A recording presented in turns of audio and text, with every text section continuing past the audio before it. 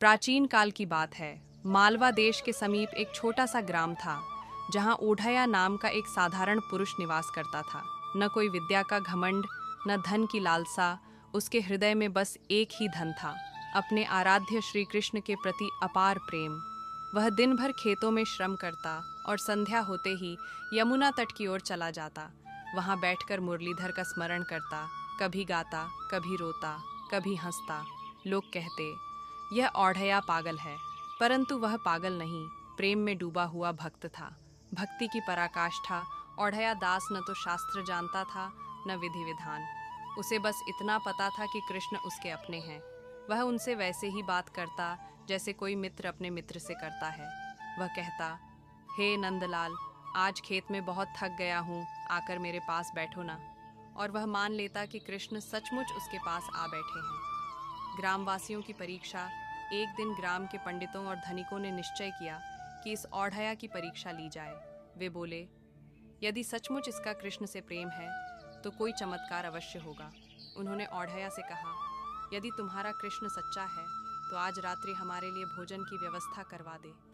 औढ़या मुस्कुराया, न कोई भय, न चिंता। उसने मन ही मन कहा, हे श्याम सुंदर, अब तो तुम्हें आना ही होगा। भगवान की लीला रात्रि गहराई। ग्रामवासी एकत्र हुए। औढ़या ने एक सूना स्थान दिखाया और सबको वहीं बैठा दिया।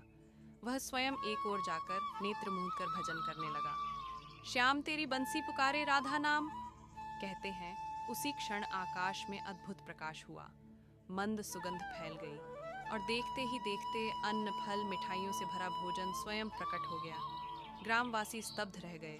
पंडितों के मुख से शब्द न निकले। औढ़या ने सरलता से कहा, मैंने तो अपने सखा को बुलाया था, वह कैसे ना आता। अहंकार का अंत जिसने औढ़या को मूर्ख कहा था, वही उसके चरणों में गिर पड़े। सब समझ गए कि भक्ति में न विद्या देखी जाती है, न जाति, न वैभव, केवल प्रेम देखा जाता है। औढ़या दास ने किसी से प्रशंसा न ली। वह बोला, यह सब मेरा नहीं, मेरे कृष्ण का है। अंतिम लीला कहते हैं, एक दिन औढ़या यमुना तट पर भजन करते करते अचानक शांत हो गया। उसके मुख पर अद्भुत मुस्कान थी। लोगों ने देखा जैसे कोई अपने प्रिय से मिलने चला गया हो। न कोई शोक, न कोई विलाप, क्योंकि भक्त औढ़या दास इस संसार से नहीं गया, वह तो अपने कृष्ण में लीन हो गया।